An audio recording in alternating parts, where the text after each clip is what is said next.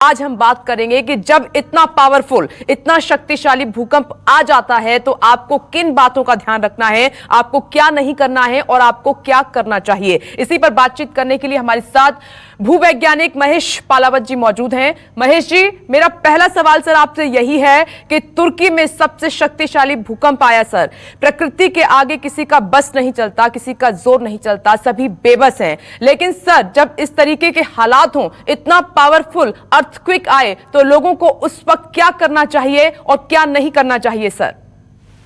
देखिए, कुदरत के कहर के आगे तो वैसे इंसान काफी ज्यादा कमजोर हो जाता है, लेकिन फिर भी अपनी तरफ से जो हम कर सकते हैं वो ये है कि अगर आप ऊंची बिल्डिंग में हैं तो आप लिफ्ट का प्रयोग ना करें, क्योंकि लिफ्ट का अगर आप इस्तेमाल करते हैं तो कभी बिजली चली जाती है तो आप बीच में फंस जाएंगे। और सीढ़ियों का भी, जो सीढ़ी भी काफी सबसे ज्यादा कमजोर हिस्सा होता है, जो बहुत जल्दी गिरती है। तो अगर ऊंची बिल्डिंग में है, अगर फर्स्ट फ्लोर पर या ग्राउंड फ्लोर पर है, तो आप भाग के बाहर निकल सकते हैं, खुले मैदान में जा सकते हैं।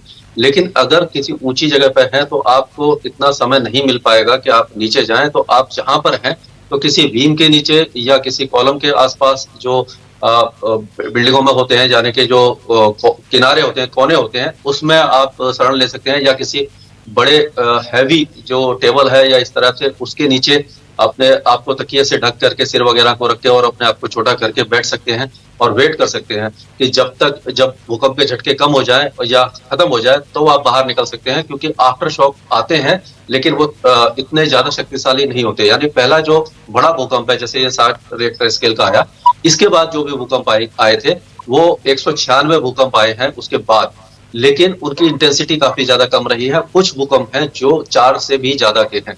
तो क्या होता है कि जब बिल्डिंग में इस तरह की क्रैक्स आ जाते हैं, कभी कुछ तो बिल्डिंग गिर जाती हैं इतने बड़े भूकंप में ज्यादातर, और अगर जो मजबूत बिल्डिंग है तो उसमें क्रैक आ जाते हैं, तो जितना जल्दी हो सके उस बिल्डिंग को छोड़ दें, क्योंकि जो आफ्टर शॉक हल्के भी आएंगे तो उस कमजोर बिल्डिंग को दोबारा गिरा सकते हैं। जी सर, मैं दिल्ली की जरूर इस पर चर्चा करना चाहूंगी। भूकंप के लिहाज से जिस तरह से अभी दिल्ली बसी हुई है, कई ऐसी कच्ची कॉलोनीज हैं, कई सोसाइटी हैं जहां पर यह दावा किया जाता है कि वो काफी तीव्रता को झेल सकती हैं। तो आपने तो बेहद करीब से इस तस्वीर को देखा है, तो इसके बारे में मैं जरूर चर्चा करना चाहूंगी आपसे कि कितने महफूज हैं और कितनी तीव्रता का झटका दिल्ली झेल सकती है सर। देखिए, दिल्ली बहुत ज्यादा महफूज नहीं है, क्योंकि अनइवन कंस्ट्रक्शन, अनऑथराइज्ड कंस्ट्रक्शन बहुत ज्यादा है। जो कच्ची कॉलोनियां काफी ज्यादा हैं, और आपने देखा होगा कि 50 गज के प्लॉट पर, 35 गज के प्लॉट पर 5-5 मंजिल बिल्डिंगें खड़ी हुई हैं, जो काफी ज्यादा कमजोर है, क्योंकि लंबी बिल्डिंग है, उनका बेस बहुत कम है, और ज्यादातर जो इमारतें बनी हुई हैं वो भूकंप रोधी नहीं है, क्योंकि जो बने हैं काफी बाद में बने हैं। अभी जो मल्टी स्टोरी बन रही है तो हो उसमें उस लॉज का पालन किया जा रहा हो।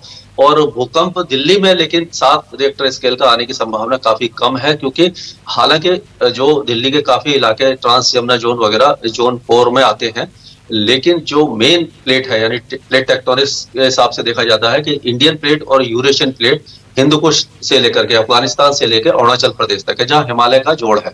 तो ये दोनों प्लेटें आपस में अपोजिट सरक रही हैं, जिस उस इलाके में सबसे ज्यादा आएगा।